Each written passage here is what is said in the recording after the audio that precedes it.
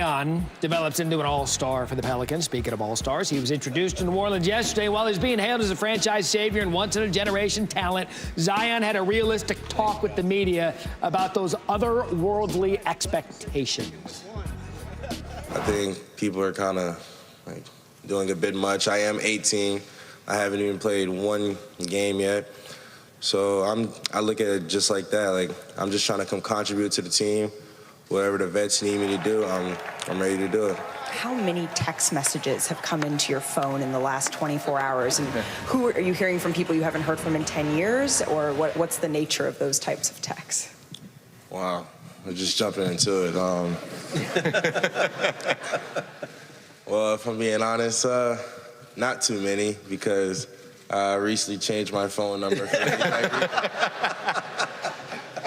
Already a veteran move. Change the number. Now, on draft night, Zion was asked if he had a message for New Orleans fans, and his response was, quote, "Let's dance."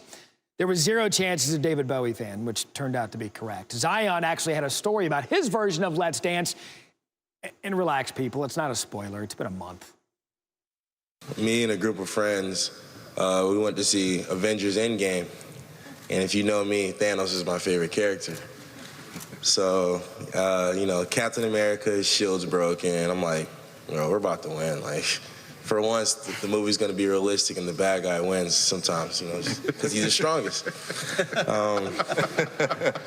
So my friend Axel, he's like, hold on. All of a sudden, all these superheroes who disappeared 5 years ago just start appearing. And I'm like, oh, we might lose. And he looks at me, he goes, let's dance. Like, let's dance. By the way, Avengers still in theaters. Yeah, Be sure to see it. That and Toy Story 4. Up next, filling the void left by Anthony Davis's departure. Zion had the edge on 80 in most statistical categories in college, including a freshman record 68% field goal percentage and the highest ever player efficiency rating. But unlike Zion, AD cut down the nets as a national champion. All right, so Malika Andrews is getting her mail in New Orleans now, and she joins us this morning. Malika, you were there during Zion's intro press conference yesterday. What was your biggest takeaway from this presser? Well, Matt, first of all, this was not just a normal presser. There was music playing. There was 100 staffers from the Pelicans organization coming in to get their first glimpse of Zion. But for me, the biggest takeaway was David Griffin again reiterated the fact that he sees this as Drew Holiday's team. And I know that the reason that he continues to say this is he's working very hard to make sure that Zion feels that he can be an 18-year-old kid. He can have the time to work on his skills and to become an NBA player before he has the weight of the franchise on his shoulders. It's smart of him to play to the veteran as he's the new guy in the locker room with this team, especially as you said at 18 years old. He's going to be busy from here on out. What's Zion's schedule today?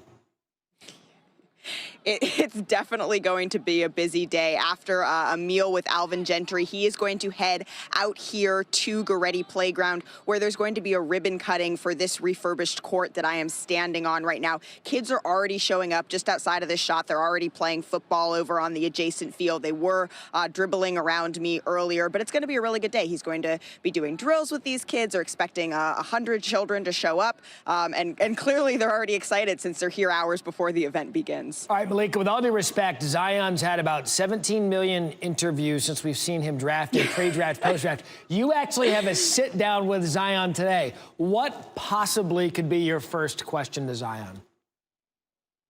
Well, you know, my first question to Zion on a day like today is how important is it for these young children in an area that was heavily affected by Hurricane Katrina to see a guy like him here today? How important is that to them? So that's going to be what we chat about first and foremost. Look at Malika. She's already going with the how with Zion, a new approach to what's going to be a remarkable, hopefully a remarkable career and moment for him out there today. Malika Andrews all over it in New Orleans this week. Malika, thank you.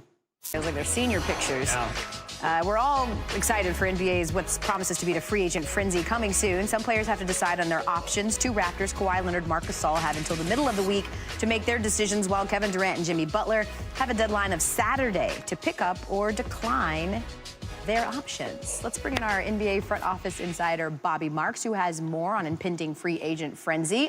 So we do expect, as I said, some of those big names to be available. But I want to start with the teams who have the most money to spend. The Knicks, they've got a potential to do what with their $70 million in cap space, Bobby?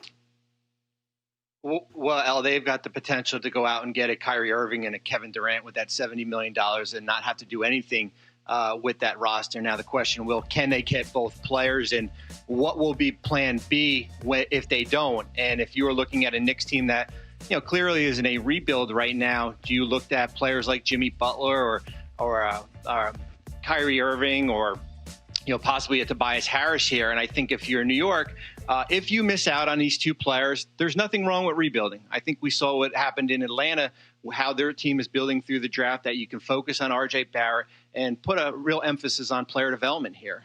We've certainly been talking about rebuild as it pertains to the Knicks for many, many years. As it pertains to the Nets, they also have plenty of money. They use the draft to clear a little bit of coveted cap space, Bobby, so how could they look to utilize that in the future?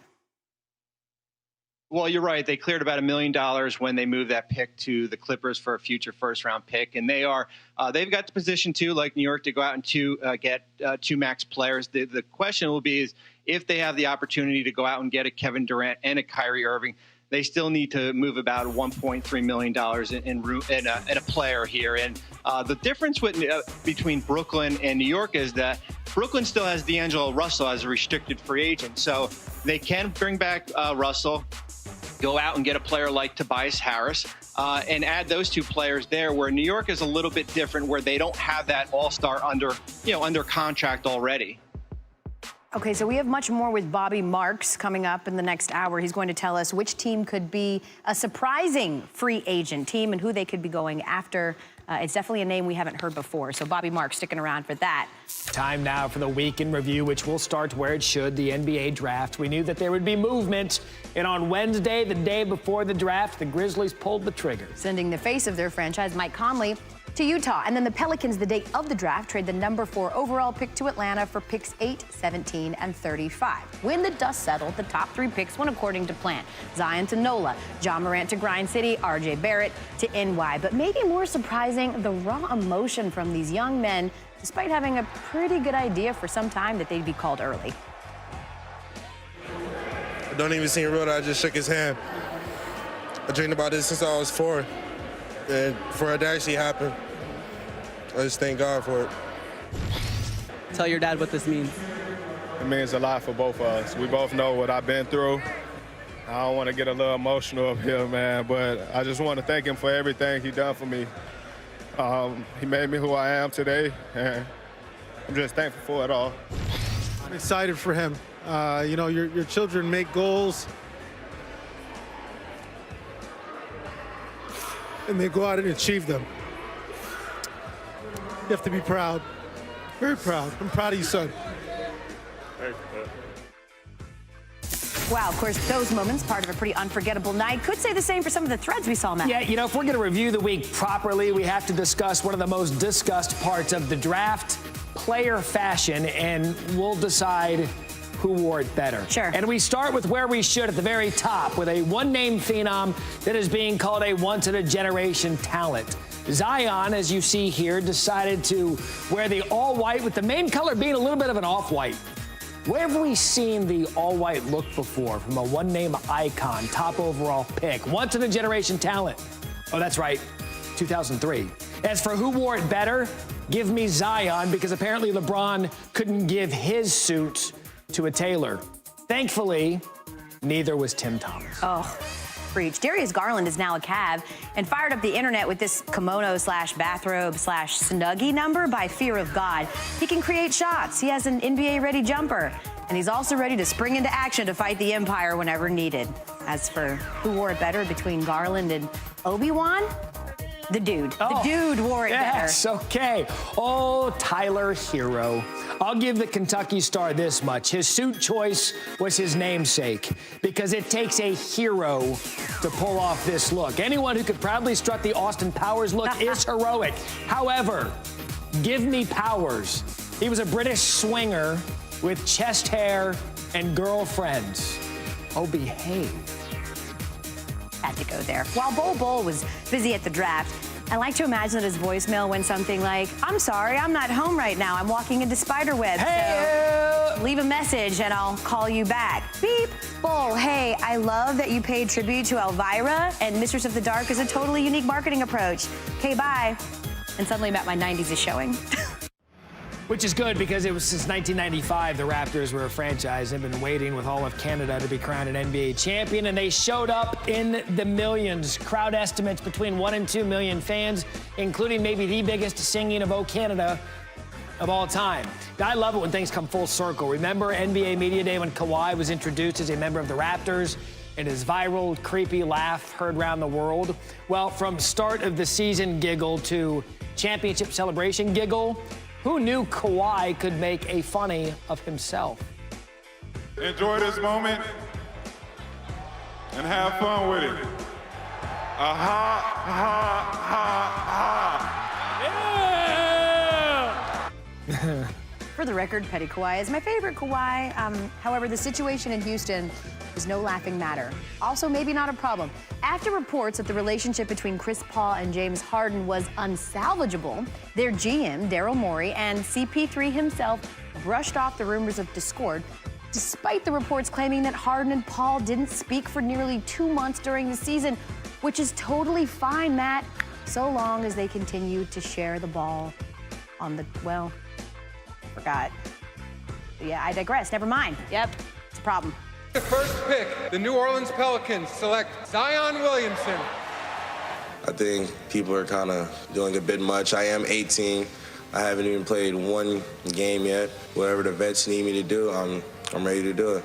The Memphis Grizzlies select Ja Morant. Obviously, I have some big shoes to fill from Mike Conley. I just want to thank Memphis Grizzlies as a whole for believing in me and having that trust in me to pick me and put me in the position that I'm in. The New York Knicks select R.J. Barrett. RJ, do you have big enough shoulders to carry this franchise? No, I haven't even played a game yet, so how you gonna ask me a question like that?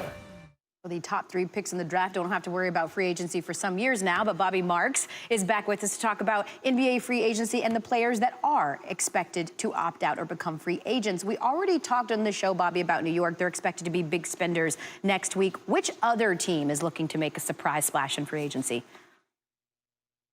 Well, Elle, the wild card team of free agency is going to be the Dallas Mavericks. And when I look at where Dallas is right now, the likely rookie of the year in Luka Doncic, Kristaps Porzingis, who is a restricted free agent and who will likely be back on a max contract. Here's a team that has about $30 million in cap space and has the potential to go out and get a player like Al Horford or possibly Kyrie Irving or Kemba Walker or Nikola Vucevic. So they're in position to go out and spend this summer. And I think we'll learn a little bit about the Luka Doncic effect as far as what the appeal is to go out and play in a spot like Dallas. Yeah, you could imagine there was a lot of surprise coming out of Boston that Al Horford would appear to opt out and look like he wants to take his talents elsewhere, but a swing guy that can play defense will certainly get some looks during the free agent market. Bobby Marks joining